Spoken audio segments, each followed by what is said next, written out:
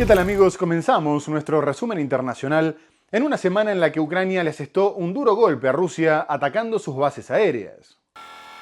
El ejército israelí ha desplegado en Gaza todas las brigadas de infantería y blindadas de su ejército permanente. Libertad para Palestina no es más que la versión actual de Heil Hitler. Al menos 31 muertos se encontraban en una escuela convertida en un refugio en la ciudad de Gaza que, según informes, fue atacada mientras la gente dormía. Por toda Ucrania, todas las regiones del país bajo alerta.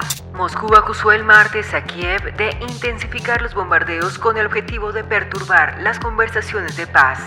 Crece el temor por una posible guerra comercial con Europa. Cientos de estudiantes de Harvard se manifestaron el martes en respuesta a la ofensiva más reciente de la Casa Blanca.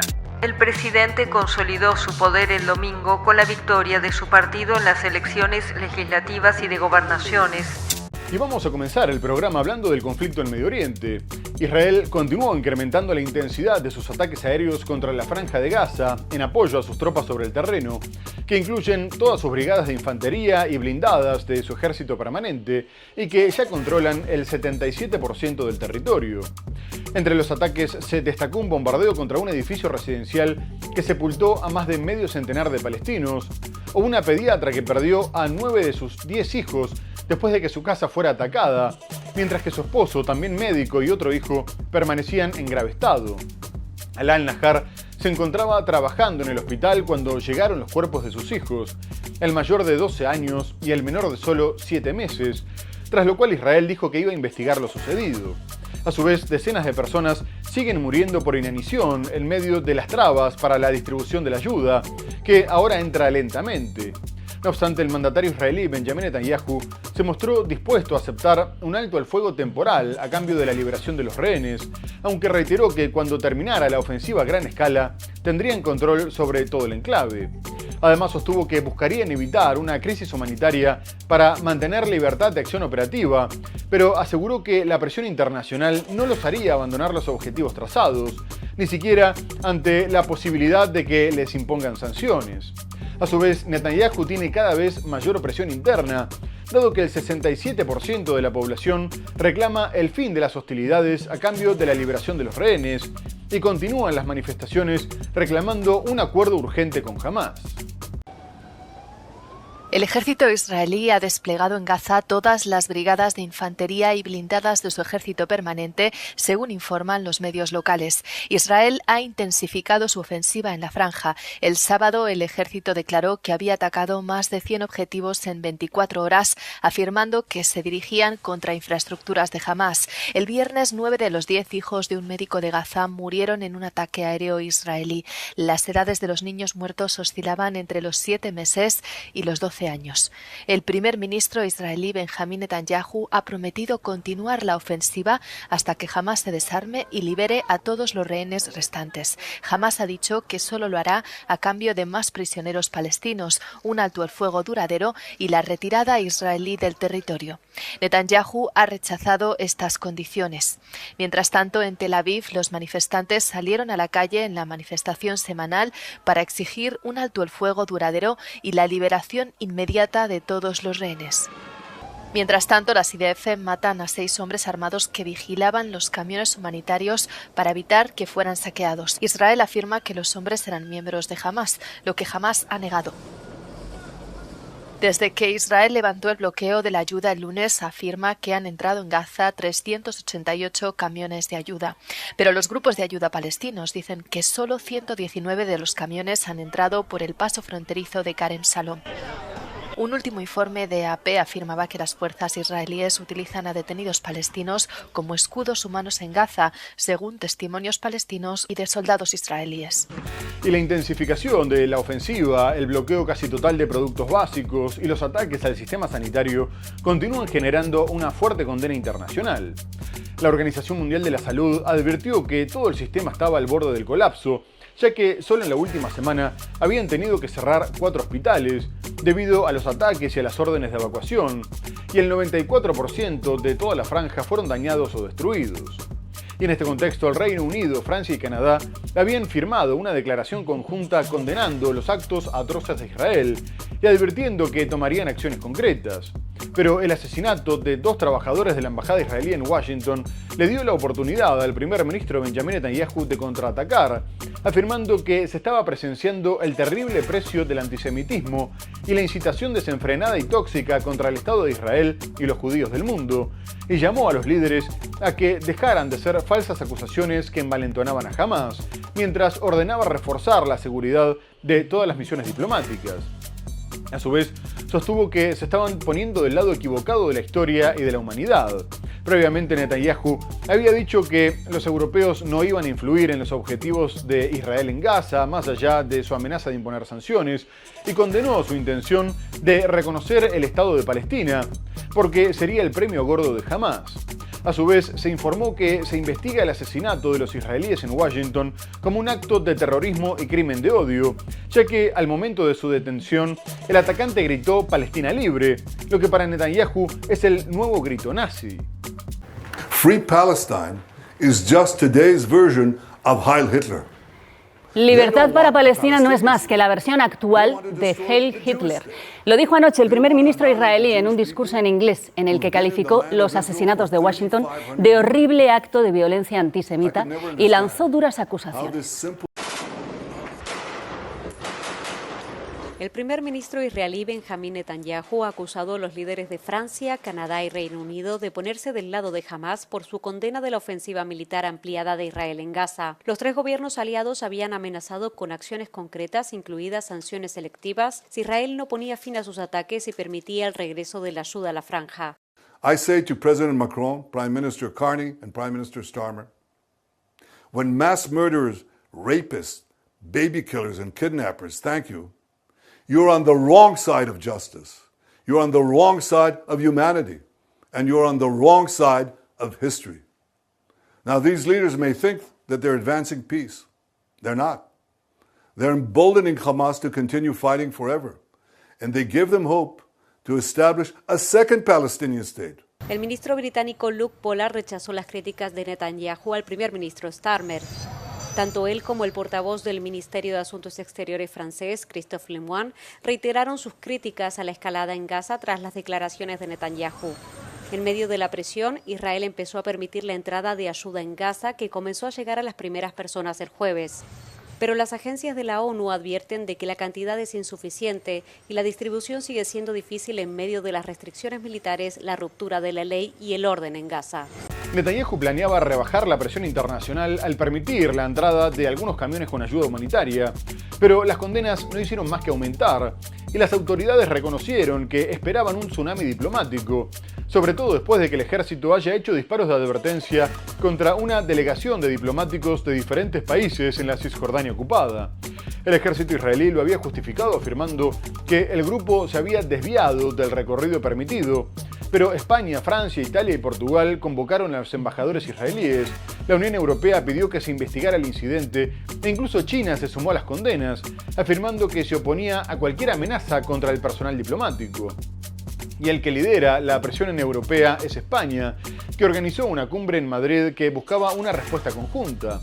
La reunión contó con la presencia de delegaciones de 20 países europeos y árabes, que si bien tienen algunas diferencias sobre las medidas a tomar, comparten la idea de que la solución de los 2 estados es la única alternativa posible para garantizar una paz a largo plazo. A su vez, el ministro de Exteriores español, José Manuel Álvarez, que hizo de anfitrión, aprovechó para volver a reclamar que se suspendiera el acuerdo que el bloque tiene con Israel, teniendo en cuenta que el artículo 2 lo condiciona al respeto a los derechos humanos, mientras que también pidió avalar un embargo de armas y la aprobación de sanciones para quienes obstaculicen la solución de los 2 estados. No obstante, se destacó la ausencia de Estados Unidos, por lo que la Autoridad Nacional Palestina reclamó el apoyo de Washington para poner fin a la hambruna y al genocidio. Aumentar la presión sobre Israel para que deje de atacar Gaza y permita la entrada de más ayuda. Es lo que han pedido una veintena de países reunidos en Madrid, con el ministro español de Exteriores como anfitrión. Si la guerra no para, El acuerdo de asociación entre la Unión Europea e Israel, que se fundamenta en su artículo 2 y por lo tanto en el respeto de los derechos humanos, tiene que ser suspendido inmediatamente. Álvarez pide también sanciones individuales contra quienes obstaculicen la solución de dos estados, sin descartar a Netanyahu, y un embargo de armas. Todos tenemos que poner en marcha un embargo de armas. No puede haber venta de armamentos a Israel. Los representantes de España, Noruega, Irlanda y Eslovenia, que reconocieron hace un año el Estado palestino, instan a otros países a hacer lo mismo. Alemania, gran defensora de Israel, dice que hará lo que esté en su mano para implementar la solución de dos estados. Parar la hambruna y el genocidio reclama por su parte el primer ministro de la Autoridad Nacional Palestina. Desde Madrid, Mohamed Mustafa llama a que Estados Unidos empuje para la paz. Washington no estaba representado en esta reunión, pero todos tienen muy presente el papel clave que juega el principal aliado de Israel. Trump mantiene intacto su apoyo militar y financiero a Netanyahu, pero empieza a perder la paciencia y a endurecer el tono por la falta de comida en Gaza. Presiones que van escalando, pero que de momento no consiguen poner fin al sufrimiento de los palestinos. Además, el nuevo sistema para distribuir la ayuda humanitaria, apoyado por Israel y Estados Unidos, está generando una ola de condenas internacionales. Finalmente, el primer ministro Benjamin Netanyahu ordenó que la tarea estuviera a cargo de la Fundación Humanitaria de Gaza, una empresa privada de Estados Unidos, desplazando así a los organismos que dependen de Naciones Unidas y que a su vez denuncia que el nuevo sistema socava los principios humanitarios. Además, asegura que la compañía es ineficaz e incapaz de llegar a las zonas donde se concentra la mayoría de la población, limitándose a repartir los alimentos cerca de puntos de despliegue de Israel. Y la estrategia israelí no comenzó de la mejor manera, ya que el director ejecutivo de la empresa, Jake Wood, presentó su renuncia, afirmando que el plan de distribución no respetaba el derecho internacional, ya que no cumplía con los principios de neutralidad, imparcialidad e independencia, en un momento en el que la fundación ya era acusada de tener vínculos con funcionarios israelíes. Y unas horas más tarde, miles de personas irrumpieron en un centro de distribución de ayuda en Rafah, saltando las vallas de la instalación, por lo que las fuerzas israelíes realizaron disparos de advertencia y se tuvo que suspender la entrega. Netanyahu justifica el nuevo plan asegurando que jamás se apropiaba de la ayuda, pero Naciones Unidas asegura que esto nunca sucedió y que Israel pretende usar la ayuda como arma. Asimismo, la empresa denunció que Hamás había bloqueado los puntos de entrega para retrasar la distribución, mientras que la organización islamista se declaró consternada por esta acusación. Estas son imágenes facilitadas por la nueva Fundación Humanitaria de Gaza, creada desde cero y apoyada por Estados Unidos e Israel. Muestran que han comenzado las entregas de alimentos al devastado territorio palestino. Pero esta fundación, que prevé distribuir 300 millones de porciones de comidas durante un periodo inicial de 90 días, ha sido acusada por la ONU y las ONG de no respetar los principios de imparcialidad, neutralidad e independencia. Sería un poco repetitivo. Como hemos explicado en numerosas ocasiones, no participamos en esta modalidad por las razones expuestas. Es una distracción de lo que realmente se necesita, que es la reapertura de todos los cruces fronterizos hacia Gaza, un entorno seguro dentro de Gaza y una mayor agilización de los permisos y aprobaciones finales de todos los suministros de emergencia que tenemos justo al otro lado de la frontera y que necesitamos ingresar. Este nuevo mecanismo limita la distribución de alimentos a un pequeño número de plataformas supervisadas por grupos de seguridad privados estadounidenses.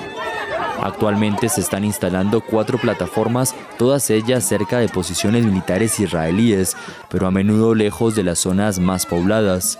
Jake Wood, el estadounidense al frente de la organización, anunció su dimisión el domingo por la noche, alegando que le resultaba imposible trabajar de forma independiente. La operación humanitaria exigida por Israel busca, según ellos, evitar que la ayuda sea desviada por Hamás.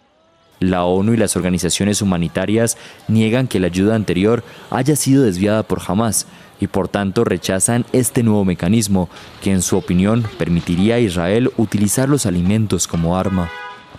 No obstante, Israel parece hacer oídos sordos a las condenas internacionales y unas horas más tarde atacó una escuela en la ciudad de Gaza durante la noche, asesinando a 35 de los cientos de refugiados que se encontraban en su interior, muchos de los cuales eran niños, y cuyos cuerpos se recuperaron completamente quemados por el incendio desatado tras el bombardeo.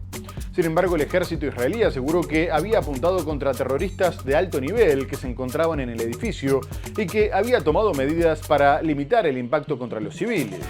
De cualquier forma, Israel también parece haber dañado la relación con uno de sus principales aliados, ya que el canciller alemán Friedrich Merz aseguró que ya ni siquiera entendía cuál era el objetivo de Israel en Gaza, porque el nivel de sufrimiento en la población civil ya no se podía justificar en la lucha contra el terrorismo. Además, agregó que como canciller no se podía quedar callado cuando se violaba el derecho internacional humanitario, siendo la primera vez que el gobierno alemán acusa a Israel de hacerlo. E incluso aumentó la presión interna para unirse al embargo de armas, con el parlamentario del Partido Socialdemócrata, Adis Ahmetovich, afirmando que las armas alemanas no tendrían que utilizarse para alimentar catástrofes humanitarias, mientras que la diputada Isabel Cademartori, también miembro de la coalición gobernante, advirtió que el suministro de armas podría hacer que Alemania fuera procesada por tribunales internacionales. No obstante, el ministro de Exteriores, Johann Wadephul, adelantó que seguirían enviando armas a Israel, porque su derecho a defenderse formaba parte de la razón de Estado de Alemania. Al menos 31 muertos se encontraban en una escuela convertida en un refugio en la ciudad de Gaza que, según informes, fue atacada mientras la gente dormía. El Ministerio de Salud de Gaza informó que entre los muertos había niños después de que los incendios envolvieran 2 aulas que servían como refugios. Según el ejército israelí, en el lugar bombardeado se encontraban terroristas de alto perfil y dijo que tomó numerosas medidas para mitigar el riesgo de causar daños a la población civil. La ofensiva israelí ha provocado creciente indignación internacional y países aliados de Israel han expresado sus críticas.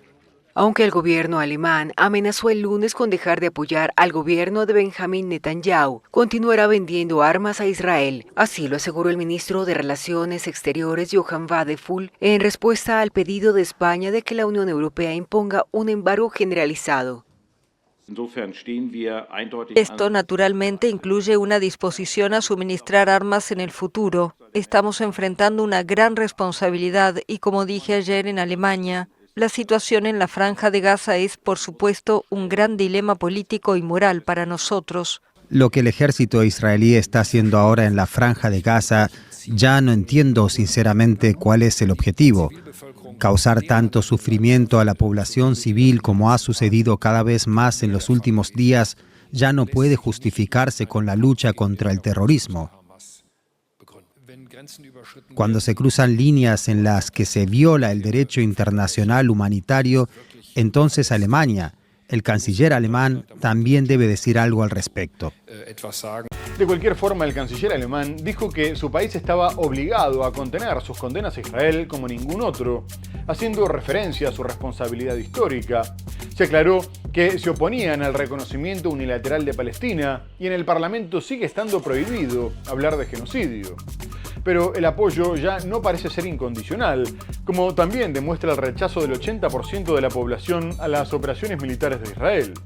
Pero mientras tanto, los nacionalistas radicales de Israel salieron a las calles para celebrar la Marcha de las Banderas, en la que conmemoran la ocupación de Jerusalén Este tras la guerra de 1967, y que es considerada como una provocación masiva, sobre todo en el contexto del conflicto armado en Gaza.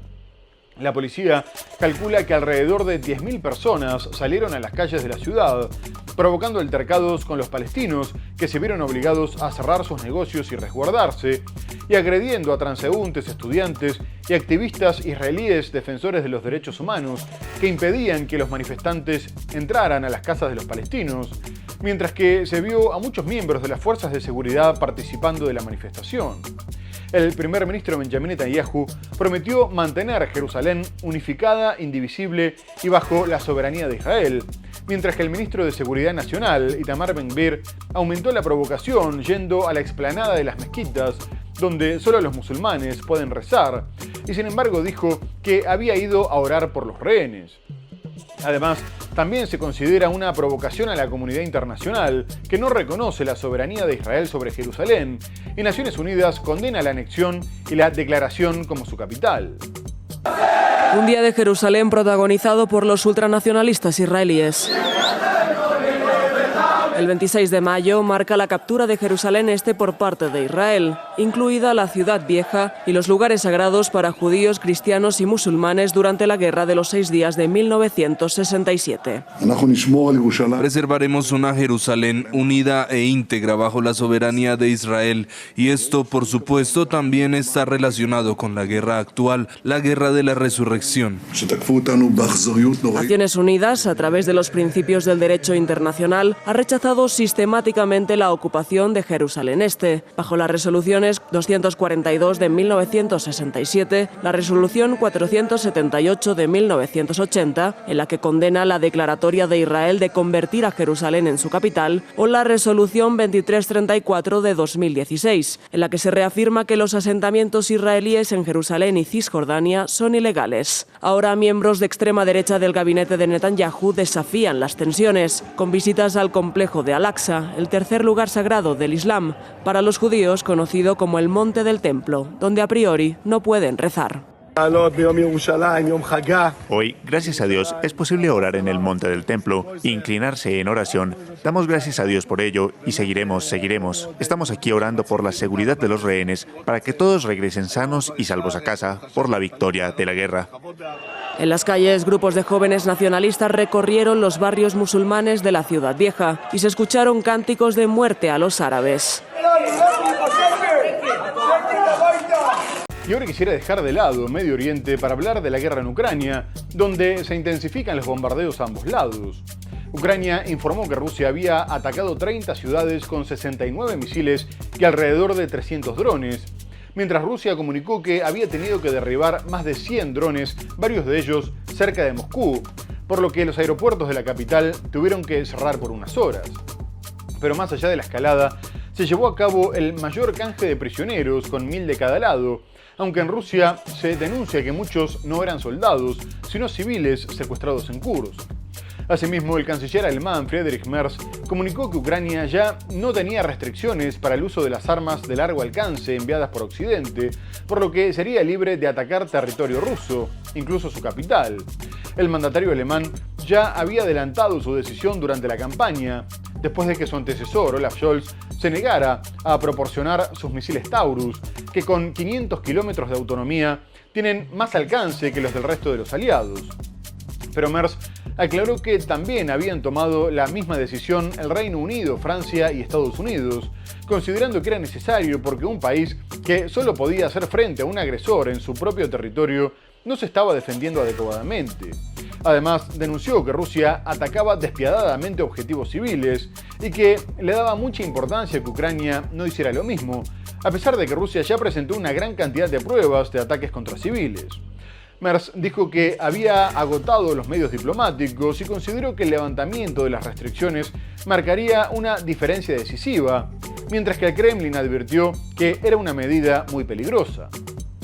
Por toda Ucrania, todas las regiones del país bajo alerta, una treintena de ciudades atacadas. Según Ucrania, Rusia ha lanzado 69 misiles y casi 300 drones. Hay más de una decena de muertos y 60 heridos.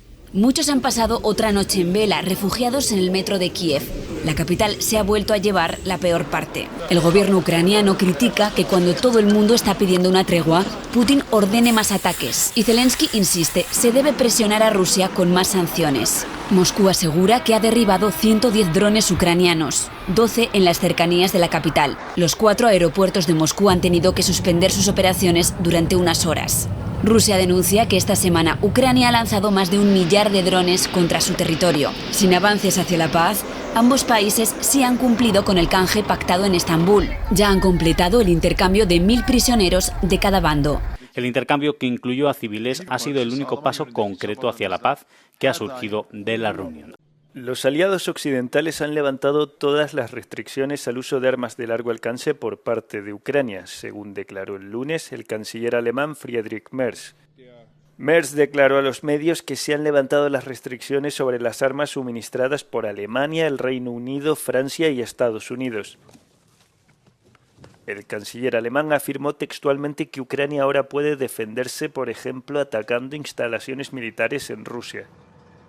En el pasado, Ucrania recibió misiles de largo alcance de Estados Unidos, Reino Unido y Francia, pero solo se le permitió usarlos contra las fuerzas militares rusas dentro de los territorios ucranianos ocupados.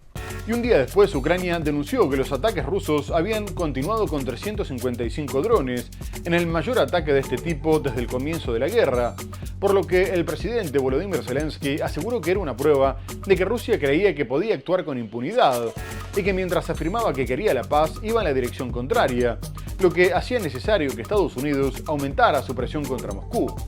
Donald Trump se mostró impaciente por la falta de avances en las negociaciones de paz y dijo que, si bien siempre había mantenido una buena relación con su par ruso Vladimir Putin, después de los últimos bombardeos creía que se había vuelto completamente loco, ya que estaba matando a mucha gente de forma innecesaria, disparando misiles y drones contra varias ciudades sin motivo alguno.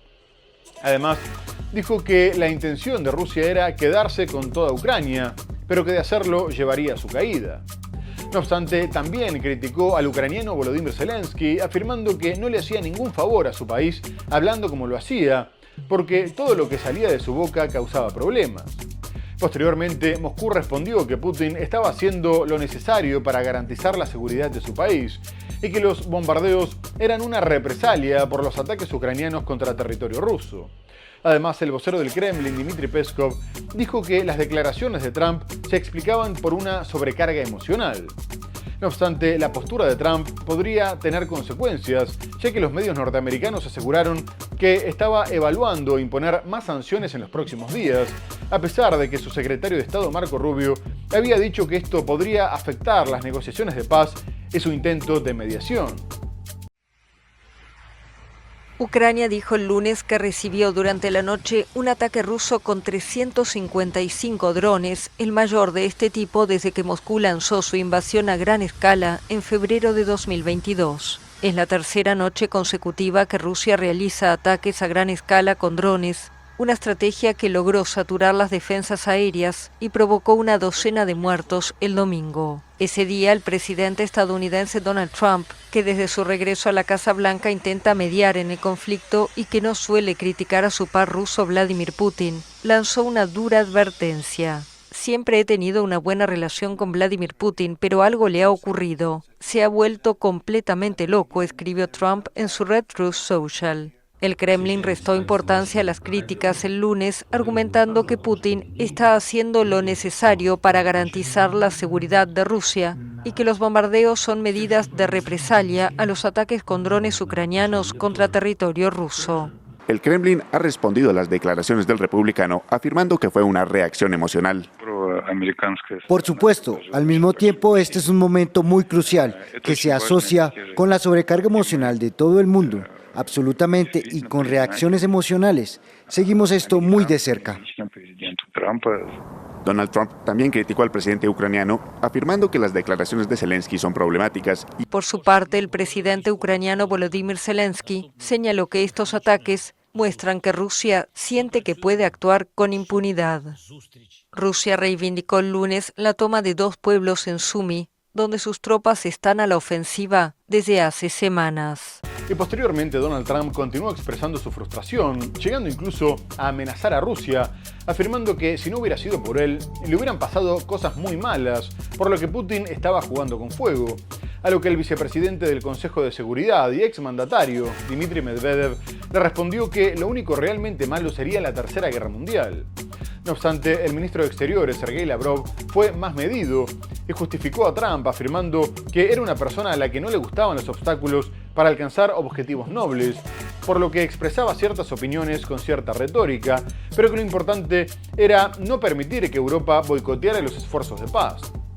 Además, después de que Zelensky asegurara que el silencio de Estados Unidos era lo que alentaba a Putin a seguirlos atacando, afirmó que era Ucrania la que estaba intentando afectar las negociaciones de paz, lanzando casi 1.500 drones desde el 20 de mayo, e hiriendo a mujeres y niños, por lo que no podía dejar de responder, y confirmó que, tal como habían quedado con Washington, publicarían próximamente un memorándum con las condiciones para la paz, algo que terminaron haciendo.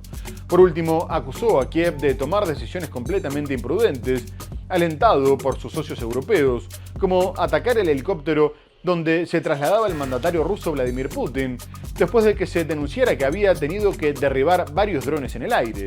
A su vez, la alta representante de la Unión Europea para la Política Exterior, Kaja Kallas, llamó a aumentar la presión internacional contra Moscú, en un momento en el que se cree que las fuerzas rusas iniciaron su anunciada ofensiva de verano, aumentando la zona tapón en Sumy y llegando al óblast de Dnipropetrovsk, desde Donetsk. Moscú acusó el martes a Kiev de intensificar los bombardeos con el objetivo de perturbar las conversaciones de paz. Afirmó además que los masivos bombardeos lanzados contra Ucrania fueron en respuesta a los más de 1.465 drones lanzados por ese país hacia Rusia desde el 20 de mayo, que hirieron a civiles rusos, incluidos mujeres y niños. Pese a las críticas en su contra, incluso de parte del presidente estadounidense Donald Trump, el Kremlin afirmó el martes que el intercambio de prisioneros no se afectaría e informó que difundirá un memorándum con sus condiciones para un acuerdo de paz tras el canje. Sin embargo, Trump lanzó el martes una nueva crítica contra su homólogo ruso por el estancamiento de los esfuerzos para poner fin a la guerra en Ucrania. Lo que Vladimir Putin no comprende es que, si no fuera por mí, ya habrían ocurrido muchas cosas realmente malas a Rusia, y quiero decir muy malas. Está jugando con fuego, declaró Trump en su red Truth Social. Desde Turquía, un lugar que Moscú no descarta para una segunda ronda de negociaciones, el ministro de Relaciones Exteriores de Rusia, Sergei Lavrov, se refirió el martes a los comentarios de Trump en que tachó de loco al mandatario Vladimir Putin.